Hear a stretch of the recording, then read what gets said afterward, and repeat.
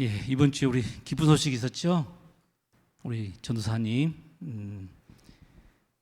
아들을 낳았답니다. 이름이 김도윤이라고요? 예. 저 위에 있는 김도윤 아니고 이름이 김도윤이랍니다. 3명이 됐는데 가버리셨네요 이제. 그래서 다음 주에 오시는 분도 3분이 오십니다. 전도사님 부부하고 학생전도사가 다음 주에 나오기 시작합니다. 그래서 3명, 숫자는 아마 마이너스는 아닌 것 같고요. 네, 정든 얼굴들을 떠나보내고 또 새로운 얼굴들을 봐야 되니까 시간 금방입니다. 아시죠? 시간 금방이에요. 26년 시작했는데 벌써 1달 지났죠? 이 정도 속도면 예수님 금방 오실 것 같아요. 이 사진은 지금 최근 제가 페이스북에서 캡처한 건데요. 이 지금 세계가 어떻게 돌아가고 있는지를 단적으로 보여주는 그런 장면 같아서 제가 지금 캡처해 왔습니다. 올해 시작하자마자 지금 전 세계적으로 뭔가 좀 느끼십니까? 막 흐름이 있다는 걸 느끼셔요? 작년에 이 정치주자들의 부패, 그다음에 정책에 대한 불만으로 Z세대들이 이 나라 저 나라에서 막 일어나가지고 정권이 교체되는 놀라운 일들이 있었습니다. 네팔도 그랬고, 방글라데시, 인도네시아, 필리핀, 동티모르. 그 다음에 또 아프리카에는 마다가스카르. 어딘지 모르시겠죠? 아프리카 옆에 있던 큰 섬 하나 있어요. 마다가스카르. 그 다음에 동유럽에는 불가리아. 이게 뭐 한 건이 아니라 지금 계속 일어나고 있으니까 뭔가 지금 흐름이 있다는 걸 느끼십니까? 한 나라가 아니라 나라들마다 지금 이런 일들이 벌어지고 있어요. 물론 우리 대한민국도 거기에 포함되겠죠.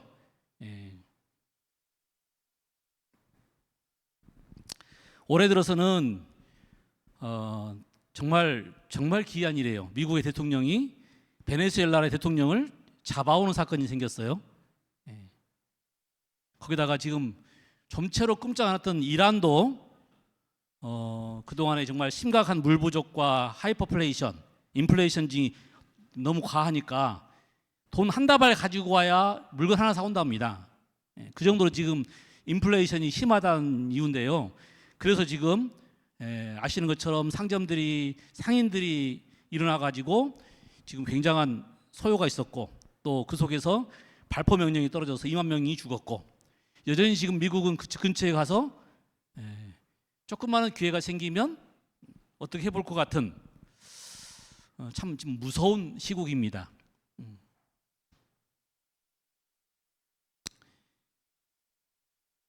여기 지금 작년 Z세대들이 일으킨 반란에 대한 뉴스를 제가 본 적이 있어서 한번 캡처해 왔는데 한번 보시겠습니다. 장모님 소리 좀 주세요.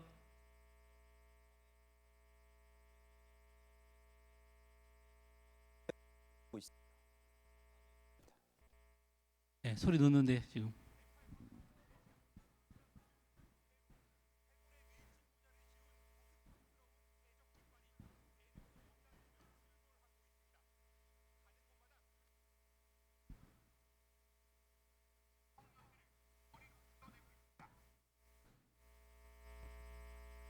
소리가 안 나오는가요?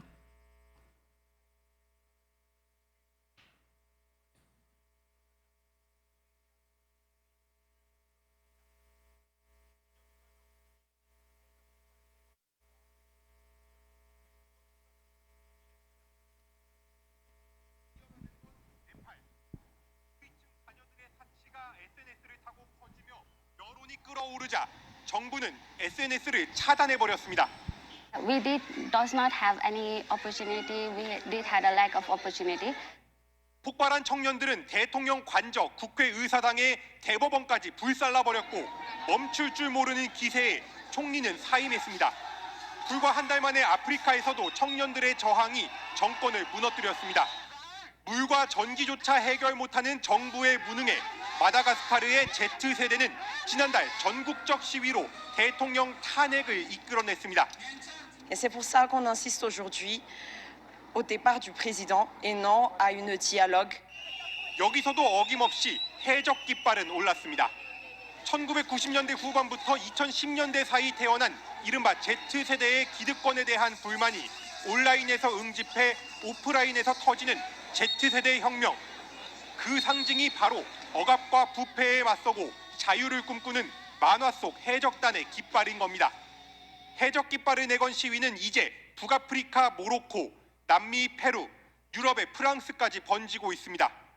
만화와 밈을 공유하고 SNS로 실시간 소통하는 청년들의 문화 코드가 시위와 혁명마저 기성 정치 언어 대신 문화로 풀어내는 또 하나의 현상을 만들어냈습니다. MBC 뉴스 손하늘입니다. 이게 뭐 한 건 두 건이면 넘어가겠는데 전 세계적으로 SNS를 타고 그 다음에 기존에는 몰랐던 일들을 젊은 세대들이 지금 이 일을 일으키고 있다는 것이고요. 정권들이 지금 뒤바뀌고 있는 상황이라는 것입니다. 우리나라도 키셋으로 대표되는 보셨죠? 그 초콜릿 모양으로 눈 오는 날 그 탄핵 운진 애들이 대부분 다 또 젊은 애들입니다. 여기 플러스 학자들은 뭐라고 하냐면 이런 일들이 지금 트럼프 정권 출현 이후에 더 많이 일어나고 있다는 거예요. 국제적인 이 정서 불안이 또 정치적인 분란을 일으키고 있다는 것이죠. 다음엔 어느 나라가 될지 모르겠습니다. 이렇게 정말 세계 지도자들이 정치적으로 경제적으로 지금 굉장히 긴급하게 돌아가고 있는데 물론 정치 경제만 그렇게 돌아가는 게 아니고 지구 온난화 사태로 말미암아서 정말 폭우, 지진, 폭염, 폭설, 우박, 토네이도, 해일, 쓰나미 등 정말 이 천재지변이 일어나고 있고 그것 때문에 지금 곡물 생산에 차질을 빚고 있고 또 이것이 기근으로 정말 많은 지금 기아가 발생하고 있어요. 기아. 이거를 위해서 머리를 맞대고 어떻게든 해결하려고 노력하지만 수치가 더 빠르게 올라가고 있다는 사실 계속 듣고 있죠. 거기에 관계된 뉴스 하나 들어보도록 하겠습니다. 폭염과 폭우, 미세 플라스틱과 각종 화학 물질로 오염되는 바다와 토양, 그리고 멸종 위기에 처한 동물들. 현재 우리가 보는 지구의 모습은 분명 심각해 보입니다. 실제로 국제연구진이 지구의 건강 상태를 검진해 보니 지구는 인류가 안전하게 살 수 있는 수준을 벗어난 위험 상태였습니다. 인간이 지구에서 안전하게 살 수 있는 환경 기준인 지구 위험 한계선 9가지 가운데 생물 다양성과 기후변화, 담수, 합성, 오염물질 등 6가지가 이미 위험 수준으로 악화한 겁니다. 연구팀은 가장 먼저 야생동물이 멸종하면서 19세기 후반부터 생물 다양성 경계가 무너졌다고 설명했습니다. 토지는 물론 호수, 강과 같은 담수 역시 20세기 초부터 위험 수준을 넘어선 것으로 조사됐습니다. 인류가 만든 플라스틱과 살충제 등 합성 오염물질은 1950년 이후 50배나 증가해 지구 건강 지표를 악화시켰고 기후변화 역시 1980년대 후반부터 한계선을 넘어섰습니다. The four boundaries that we assessed in 2015 are deeper into the red, so we're continuing to move in the wrong direction, and this is a big concern. 연구진은 아직 위험 한계선을 넘지 않는 세 지표 가운데 대기질과 해양 산성화 등 두 지표도 위험 수준에 근접했다고 밝혔습니다. 유일하게 안전 범위에 있는 건 오존층 변화인데 인류 공동의 노력 이후 지표가 점차 좋아진 것으로 분석됐습니다. We signed the Montreal Protocol in 1987. The world stepped up collectively, trusted science, and the industry delivered solutions. And we were able to veer off from that life-threatening disaster, and we are today back in a safe space. 연구진은 단순히 지구 평균 기온을 낮추는 데에만 노력하는 게 아니라 지구 환경을 원래대로 복구하고 보호해야 한다고 강조했습니다. YTN 사이언스 양우영입니다. 작년 전 세계를 강타했던 폭염과 폭우, 또 미세 플라스틱, 각종 화학 물질로 오염되는 바다와 토양, 그리고 멸종 위기에 처한 동물들. 제가 뉴스만 골라오는 이유 아시겠죠? 그냥 다 사람들이, 과학자들이 말하고 있는 것을 증명하는 것입니다.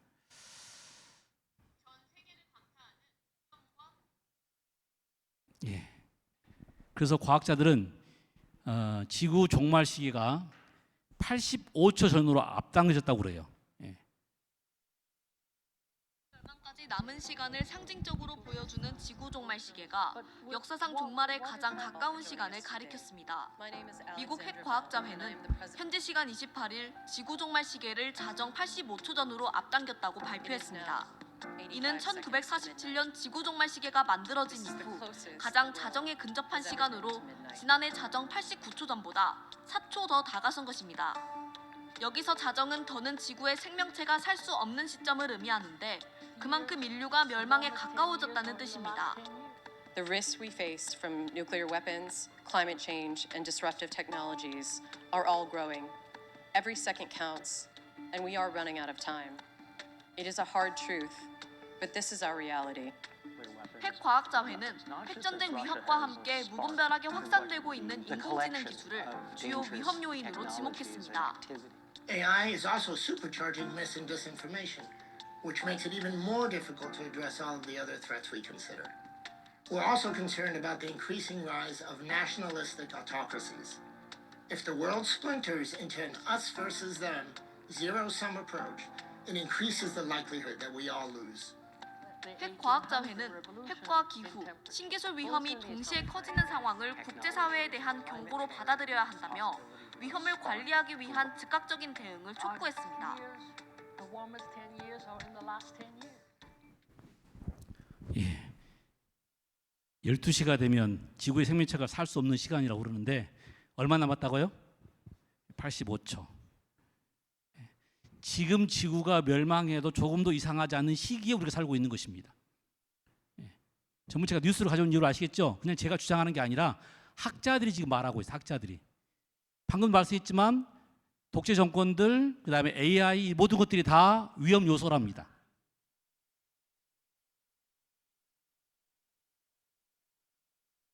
그럼 세계 경제를 이끌고 있는 일론 머스크, 테슬라, 그 전기차 차주죠. 전 세계에서 보니까 5번째, 6번째 부자더라고요. 근데 이 사람이 충격적인 미래를 전망을 해놨어요. 피지컬 AI하고 범용 AI가 3년에서 5년 후가 되면 일상화가 되는데 피지컬 AI 같은 경우에는 외과 의사를 능가할 정도로 수술을 잘 할 수 있는 로봇이랍니다. AI 기능을 통해서 대처를 하고 방향을 찾고 그래서 수술을 하는데 웬만한 수술은 누가 더 잘한다고요? AI가 더 잘한답니다. 그래서 앞으로 이제 의대를 갈 필요 없는 이제 일론 머스크의 전망이에요. 그게 진짜로 3년에서 5년을 끝날지 더 걸릴지는 모르겠습니다만은 일단 그렇게 지금 예상을 하고 있어요. 만약에 그렇게 된다면 의대만 그러겠습니까? 그냥 의대는 대표적인 케이스를 든 것이고요. 다른 많은 전공들이 AI로 대체되면서 결국은 뭐가 사라진다고요? 인간 일자리가 사라지겠죠. 지금 현대가 로봇을 등장하는 것 때문에 지금 다투고 있죠. 로봇 팔로 움직이게 되면 많은 그 노동자를 해고할 것이고, 그 다음에 생산성은 높일 것이고, 사업주와 그 다음에 노동자가 첨예하게 다른 생각을 갖고 있는 건데, 지금 AI 기술이 그냥 챗 GPT로 뭘 만들어내는 정도가 아니지 않습니까? 여러분 영상들 보면 가끔 헷갈려. 이거 정말 진짜 영상인지 만든 영상인지. 강아지가 말을 하고, 잘 들어보셨죠? 꼬마가 말을 하고 일어날 수 없는 상황이 막 벌어지는 거예요.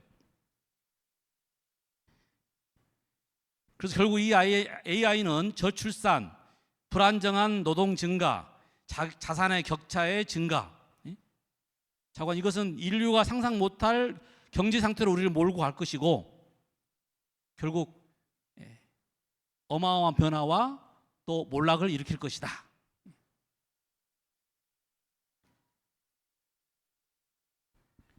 그리고 혹시 지난주에 재림마을 혹시 보셨나요?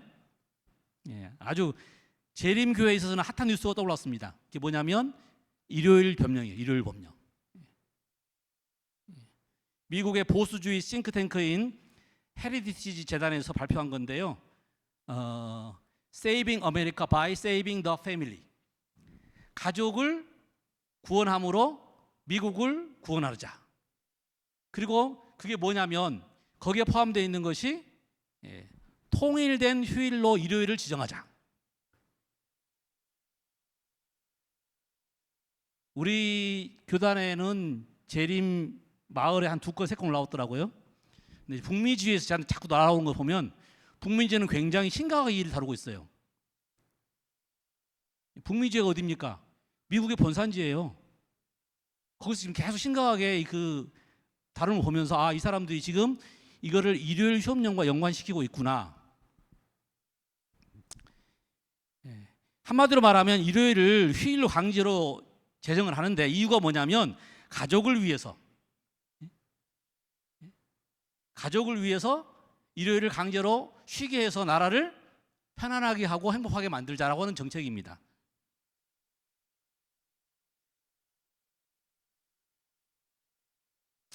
이것이 이걸 지금 제안하는 재단이 2023년에 발표한 거예요. 그런데 이 사람들이 발표한 제안들이 트럼프가 등장하면서 지금 많이 정책으로 만들고 있어요. 정책으로. 그 대표적인 정책들을 제가 지금 써놓은 것입니다. 그 사람들이 제안을 했고 트럼프 행정부가 그걸 받아서 된 것들이 많은데 다 되진 않았어요. 첫 번째가 미국 연방 행정각부의 임명직을 트럼프 정책을 지지하는 충성스러운 공무원으로 대체한다. 그것이 이 헤리티지 재단에서 제안한 거예요. 두 번째, 기후변화 규제를 해제해 화석연료 생산을 가속화하자. 세 번째, 교육부를 폐지해서 바꾸자는 것이죠. 네 번째는 메디케어 자금을 삭감하자. 민주당과 좀 반대되는 그런 개념들입니다. 다섯 번째는 다양성, 포용성 프로그램을 중단하자. 이건 민주당이 한 거거든요. 그다음에 여섯 번째, 불법 체류자의 체포 및 추방을 강화하자. 그다음에 일곱 번째, 미국 정부와 사회에 기독교적인 가치를 주입하자. 여덟 번째, 미국 내 법 집행 위에 경찰 대신에 군대를 배치하자.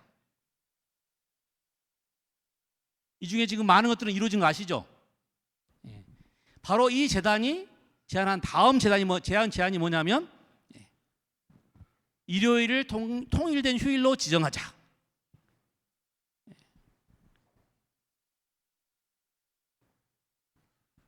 그러다 보니까 지금 약간 좀 우려스러운 거예요 지금.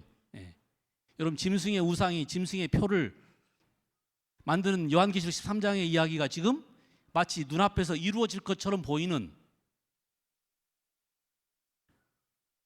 이 프로젝트 2025 이 일요일 법령은 현재 일어나고 있는 정치적인 사건들, 지금 미국에서 막 그 이민자 때문에 총 쏘고 난리 났죠.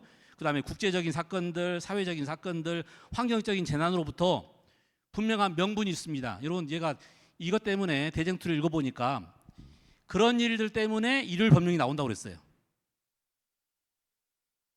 재난, 그 다음에 이런 전염병, 이것들 때문에 국가가 소란스러울 때 그 소란스러운 것을 막기 위해서 처음에는 복지 차원에서 그 법을 시작한다고 그랬어요. 물론 그것이 처음으로 끝나지 않습니다. 시간이 가면서 정말 이 일을 통해서 결국은 매매를 금지하게 만들 것이고 또 생명을 위협하는 경지까지 이른다는 것을 우리가 잘 알고 있죠. 그래서 우리 재림교회들이 특별히 이 부분에 관심이 많습니다.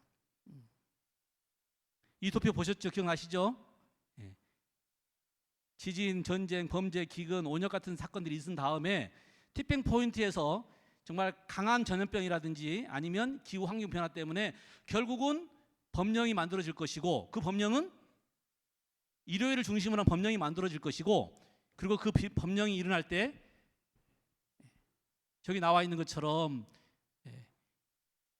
마지막 최후의 기별을 전할 수 있도록 늦은 미성령이 내릴 것이고 그리고 이제 우리가 도시에서 살 수 없는 환경이 되면 중소도시로 이동할 수 있는 그런 상황이 이루어질 것이다. 여러분, 이 법령은 남은 무리에게는 최후의 시험이 될 것입니다. 지금 가까이 왔다는 것을 지금 제가 오늘 여러 상황에서 증명해 드리는 것입니다. 제가 뭐 당장 했다는 말이 아니에요. 지금 가까이 왔다는 것을 우리가 인지해야 된다는 것을 말씀드리는 거예요. 특별히 남은 무리에게는 여러분 그것이 곧 은혜의 시간 끝이라고 우리가 배웠습니다. 결국 이 법령은 우리가 남은 백성인가 아닌가를 좌우하는 조건이 될 것이고 또 이 법령은 결국 우리에게 흔들림을 통해서 알곡인지 가라지인지가 구별되는 기준점이 될 거라고 그랬어요. 그러므로 이 시대, 이 마지막 시대에 특별히 남은 백성, 남은 무리라고 하는 사람들에게는 굉장히 중요한 사건입니다.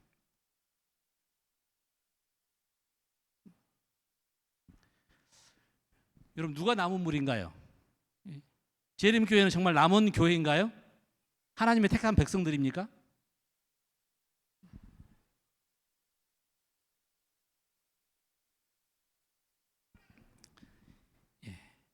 지난 제가 1월 달에 여기 남은 무리가 있다 주제로 제가 이번 달 한다고 그랬는데 이제 두 번째 시간인데요. 지난번 마저 하지 못한 부분을 좀 오늘 하려고 그래요. 먼저 그 지난 강의를 잠깐 되새겨 보면 남은 무리가 누구인가 하는 말은 정체성에 관계된 이야기로 정체성.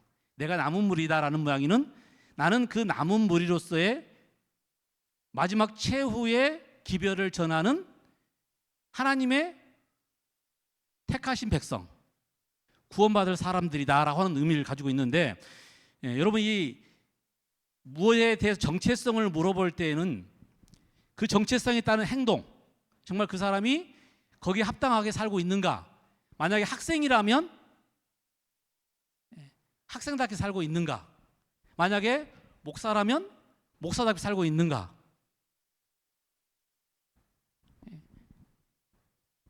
그 정체성에 우리 사실은 좌우되는 거예요. 그 사람이 어떤 사람인가 하는 것은 그 사람이 어떤 정체성을 가지고 있는지, 그 정체성을 좌우하는 이름, 남은 백성인가 아닌가. 여러분 우리가 재림 교인이라면 재림 교인으로서의 정체성이 분명해야 합니다. 우리가 다른 교회하고 다른 재림 교회예요. 우리는 예수님의 재림을 기다리는 사람들입니다. 예언적 도표를 통해서 미리 예언된 시간을 알고 있는 사람들이고 사건들을 알고 있는 사람들이에요. 그러면 우리가 지금 어떻게 살아야 될 것인가?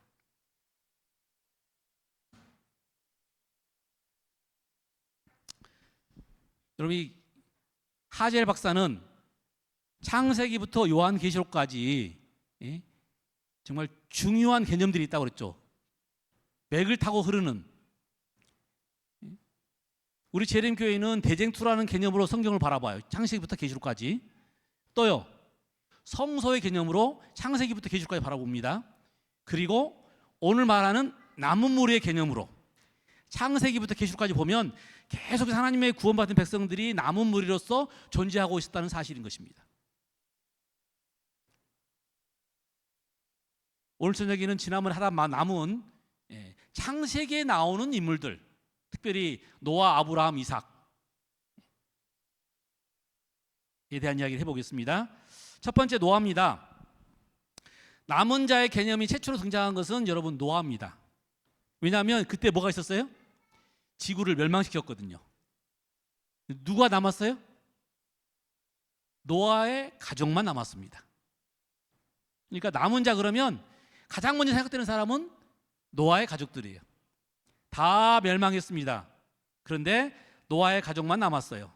여기 창세기 7장 23절 하나님께서 지면의 모든 생물을 쓸어버리시니 곧 사람과 가축과 기는 것과 공중의 새까지라. 이들은 땅에서 쓸어버림을 당하였으되 오직 노아와 함께 방주에 있던 자들만 남았더라. 방주에 있었던 사람들만 뭐 했더라? 살았더라. 나머지는 다 뭐 했다는 겁니까? 죽었습니다. 남는다는 의미가 뭐 했다는 의미예요? 살았다, 구원받았다. 여러분 노아 당시의 사회가 어떤 사회였어요? 우리 창세기에 노아에 관계된 이야기를 읽다 보면 죄악이 세상에 만연하고 사람의 생각하는 것이 항상 악하였다. 조금 있는 정도가 아니라 그냥 생각마다 악하고, 그래서 하나님께서 그들을 쓸어 버릴 수밖에 없었어요. 근데 다 쓸어버릴 수가 없어서 노아를 통한 구원받은 사람만 남겨두기로 한 것입니다. 그래서 노아의 가족만 남았어요. 여러분 근데 여기서 구원받은 사람이 어떤 사람이에요? 똑똑한 사람? 아니면 좀 뭔가 하는 사람? 아니잖아요. 어떤 사람이 남았어요? 하나님께서 부르신 사람, 하나님께서 사랑하는 사람. 여러분, 우리가 구원받는 것은 우리가 똑똑해서가 아니고요, 하나님께서 우리를 불러주셨기 때문에 구원받는 것입니다. 이게 굉장히 중요해요. 왜냐하면 나중에 우리가 구원론에 가면 이제 행위와 연관해서 내가 완전했느냐를 따지는 분들이 있어요. 근데 우리가 완전해서 구원받은 게 아니고 하나님께서 우리를 구원하셨기 때문에 구원받은 것이고, 또 구원받은 사람이기 때문에 나중에 뭐 하게 되는 거예요? 완전케 되는 것입니다.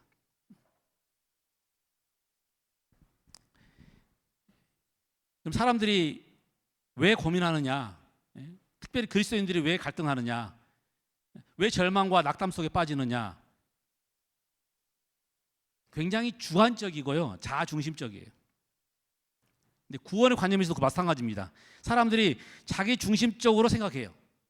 내가 좀 잘한 날은 내가 마치 구원받은 것처럼 느끼고요, 내가 좀 못한 날은 나는 정말 구원받을 수 없는 사람처럼 느껴요. 그런데 여러분, 구원의 관점은 사람의 관점이 아니에요. 하나님의 관점입니다. 하나님께서 예수 그리스도 통해서 우리를 구원하시는 것입니다. 그래서 오늘 우리에게 누구를 바라봐야 돼요? 예수만 바라봐야 합니다. 예수만. 사단은 마지막 시험에 우리를 자꾸 뭘 보게 한다고요? 내 과거, 내가 실수했던 거, 내가 잘못했던 거. 그럴 때마다 하나님은 십자가 예수를 바라보라고 했어요. 왜냐하면 내 죄를 다 짊어져 주신 예수 그리스도를 바라보라는 것이죠. 우리의 구원은 하나님의 은혜로 이루어지는 것입니다. 왜 그들만 남았을까? 여기 지금 세 가지 이유를 말했는데, 첫 번째, 노아는 의인이요 당대의 완전한 자라. 의인이고 당대의 완전한 자라고 그랬어요. 굉장히 우리하고는 거리가 먼 것처럼 느껴지죠. 그런데 그 다음에 그 의인이고 완전한 것에 대한 설명을 해줬는데, 그게 뭐냐면 그가 하나님과 뭐 했더라? 동행하였더라.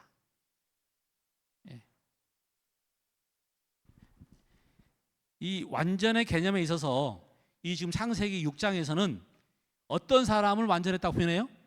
하나님과 동행하는데 완전한 사람. 마태복음에 보니까 하나님이 완전한 것처럼 너희도 완전하라고 표현해서 사람들이 정말 행위로 내가 완전해야 되는가 보다라고 했더니, 누가복음에서는 동일한 이야기를 하나님이 자비로우신 것처럼 너희도 자비하라. 우리가 보통 완전 그러면 행위를 따지시는데 성경은 다르다는 이야기죠. 여기도 마찬가지예요. 여기도 하나님과 동행한 것을 완전한다라고 표현했다는 것입니다. 우리가 보통 완전한 자는 넘어짐도 없고 실수도 없고 죄도 안 짓는 사람이라고 생각하기 쉬운데, 하나님께서 생각하는 완전은 하나님과 동행함으로 하나님이 주신 능력으로 뭐 한 사람? 그래서 죄를 이겨낸 사람. 나 혼자서는 완전해질 수 없습니다. 두 번째, 그들이 왜 살아남았을까? 내가 내 앞에 의로움을 내가 보았음이니라.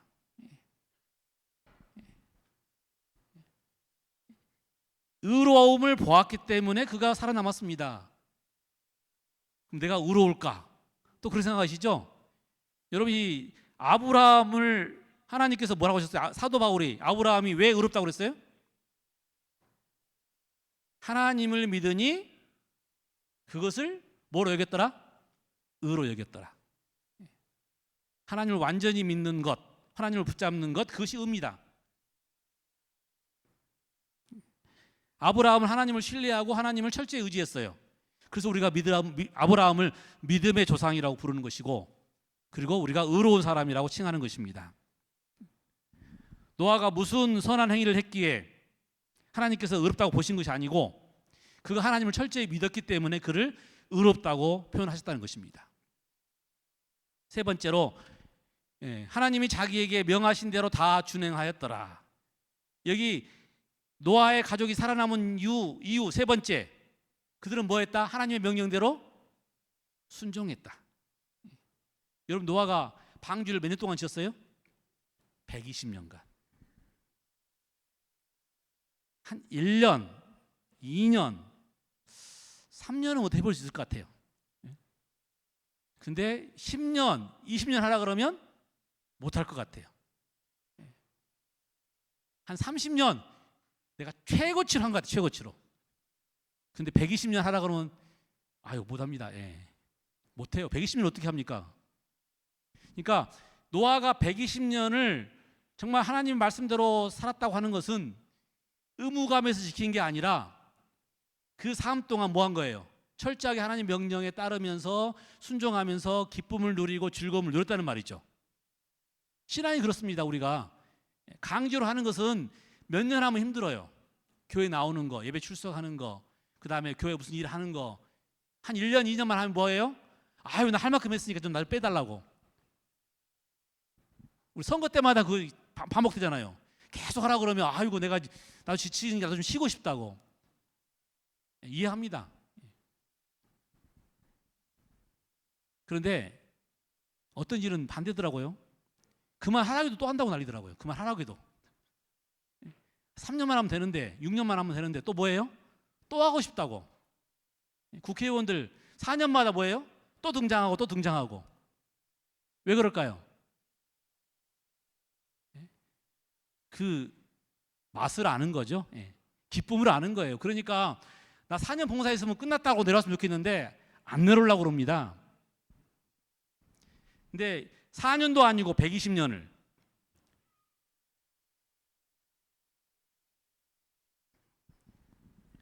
우리가 그 속에서 어떤 기쁨을 누리지 못한다면, 즐거움을 누리지 못한다면 절대 안 하는 일입니다. 노아는 120년 동안 하나님의 명령에 따라 순종하면서 굉장한 정말 힘들게 짜낸 게 아니에요. 그 속에서 그는 정말 하나님께서 명령하신 것 무엇인지를 분명히 알았고 그 일을 하면서 기쁨을 누렸습니다. 그리고 그는 여전히 뭘 기다리냐면 하나님의 언약을 기다리는 사람이었어요. 그래서 그가 남은 백성으로 살아날 수 있었던 것입니다. 여기 창세기 6장 8절에 단적으로 노아의 삶을 들려주는 단어는 이겁니다. 노아는 여호와께 은혜를 입었더라. 그냥 보통 은혜가 아니라 풍성한 은혜, 압도적인 은혜, 최상급의 은혜. 그냥 해도 되고 안 해도 되고가 아니라 그거 놓치면 안 될 것 같은 어마어마한 은혜를 그는 그 순종하면서 느낀 거예요. 받은 거예요. 여러분 재림 신앙하면서 우리가 우리 삶이 어떻습니까? 그런 기쁨이 있으십니까?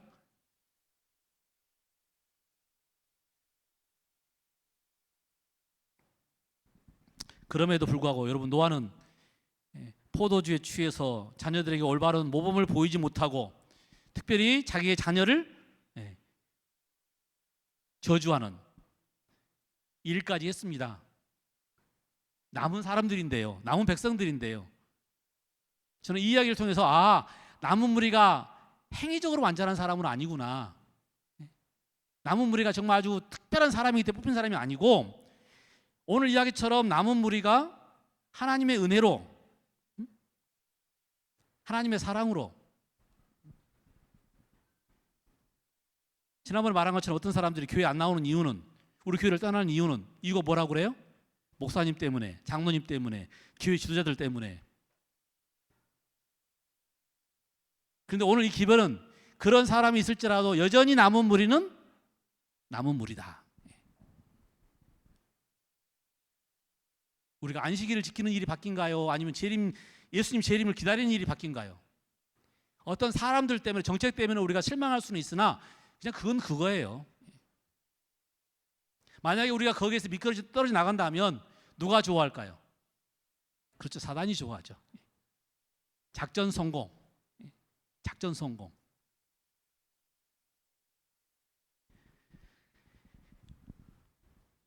안 그랬으면 좋겠지만 우리도 그런 실수를 할 수 있고 또 그런 것에 우리가 실망할 수 있습니다.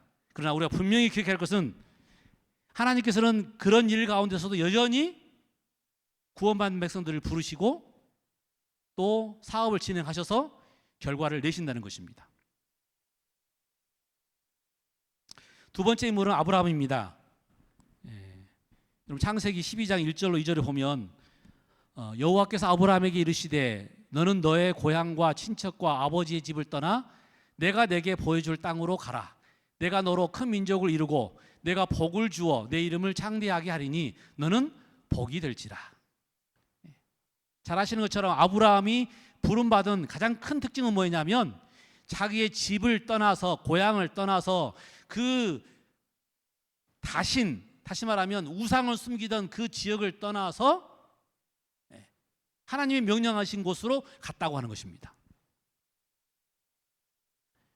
그래서 그가 남은 자손이 되었어요. 만약에 그가 갈대아 우르에 그대로 있었더라면 그 수세식 화장실을 쓰고 있고 2층, 3층 건물이 있었고 정말 그 기계적 문명인 최대치를 갈구했던 그 갈대아 우르에 있었더라면 그는 그냥 똑같은 사람으로 죽을 수밖에 없는 사람이었지만 그는 하나님의 명령을 따라서 그 고향을 떠나서 남은 무리가 된 것입니다.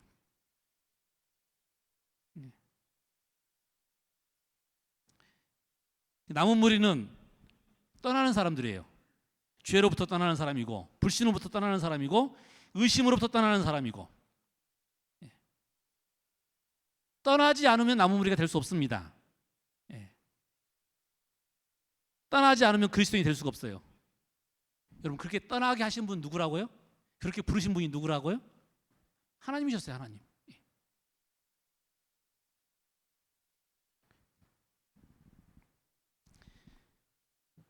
이 아브라함이 남은 자로 인정을 받은 것은 하나님의 위대한 약속을 믿고 하나님이 주시는 힘으로 그의 고향을 떠나고 그가 살려던 터전을 떠나고 그의 옛날 습관을 떠나고 여러분 세 천사의 기별 가운데서 둘째가 무슨 기별이죠? 무너졌도다 큰 성 바벨론이요. 거기서 뭐 하라고요? 나오라고요. 거기를 떠나라고요. 나오라고요. 제가 그 다른 설명 안 하겠습니다. 중요한 것은 나오라고요. 떠나라고요. 남은 백성은 그 안에 머무는 사람들이 아닙니다.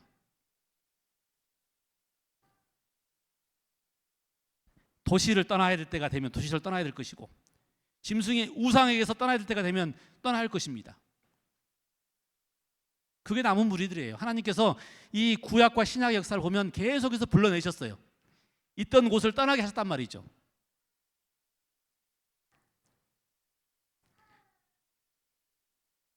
그러니 아브라함이 가는 곳마다 뭐 했다고 그래요?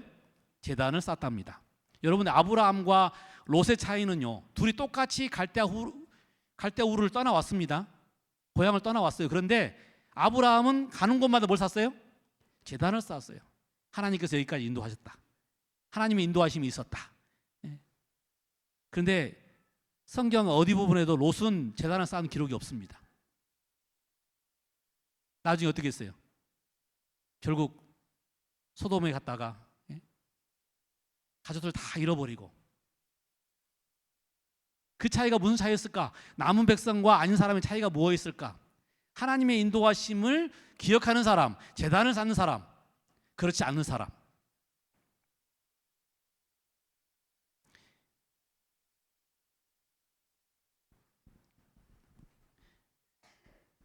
베드로전서 5에 이런 말씀이 있습니다. 오직 너희는 택하신 족속이요 왕 같은 제사장이요 거룩한 나라요 그의 소유된 백성이니 이는 너희를 어두운 데서 불러내어 그의 기이한 빛에 들어가게 하신 자의 아름다운 덕을 선전하게 하려 하심이라. 왜 우리를 불러내느냐? 택하신 족속이고 제사장이고 소유된 백성이기 때문에 불러냈다는 것입니다. 그런데 그런 아브라함도 불러내음을 받은 특별한 백성인 아브라함도 뭐 했어요? 두 번이나 자기 아내를 누이라고. 아내 입장에서 보면 참 기가 막히죠, 그러죠? 자기 살고 싶어서 지금 뭐 하고 있는 거예요 지금? 자기 살고 싶어서 아내를 지금 위험 속에 빠뜨리는 행동입니다. 성경에 어떤 기사에 보면 아슬아슬한 부분이 나와요. 그 아내를 사라를 누가 데려갔잖아요. 하나님께서 개입하지 않았더라면 아마 그 누구 때문에 그랬어요? 아브라함 때문에. 또한 그는 하가를 통해서 자식을 낳았고요. 그래서 지금 이 서남아시아에 분쟁을 일으켰고요. 그럼에도 불구하고 하나님을 믿고 하나님의 약속을 믿은 아브라함을 하나님의 말씀대로 따로 떠난 아브라함을 하나님은 믿음의 조상이라고 표현하고 있는 것입니다. 그가 남은 자손의 대표적인 인물 가운데 하나라고 하는 것입니다. 세 번째로는 이삭입니다. 이것도 오늘 시간이 다 돼가지고 여기 이삭은 흉년이 들어서 애굽으로 다 내려갈 때 하나님의 명령에 따라서 애굽으로 내려가지 않은 사람이에요. 그래서 그가 남은 자손이 되었습니다. 모두 다 유행을 따라가고 그 다음에 자기 그 이기주의를 따라가고 생존을 따라갔는데 이 이삭은 뭐 했다고요? 하나님의 명령대로 남은 사람. 그래서 다 떠나는데 안 떠나서 남은 사람이 또 남은 자손이 된다는 의미는 그런 의미입니다. 이게 자세히 보니까 뭐예요? 하나님의 명령대로 하나님의 말씀대로 사는 사람이 남은 백성들이죠.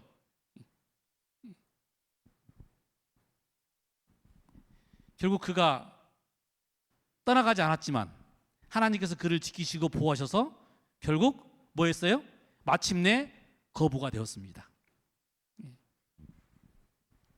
이삭은 하나님의 명령에 따라서 남은 거예요. 하나님을 믿은 것입니다. 남은 자손의 특징 가운데 하나는 뭐라고요? 하나님을 믿는 거예요. 고난 너머에 하나님의 축복을 바라보는 것이고요. 하나님께서 우리 인도하심을 믿는 것이고요. 쉽지 않아요. 왜냐하면 내 눈앞에 좋은 일이 안 펼쳐지면 마치 억울하기도 하고 화가 나기도 하고 불평할 수도 있는 그런 조건들인데도 불구하고 하나님이 나를 인도하셨으면 가장 좋은 길로 인도하셨을 것이다. 믿는다는 거 쉽지 않습니다. 그런데 남은 자손들의 특징이 뭐라고요? 그 하나님의 인도하심을 믿는 겁니다.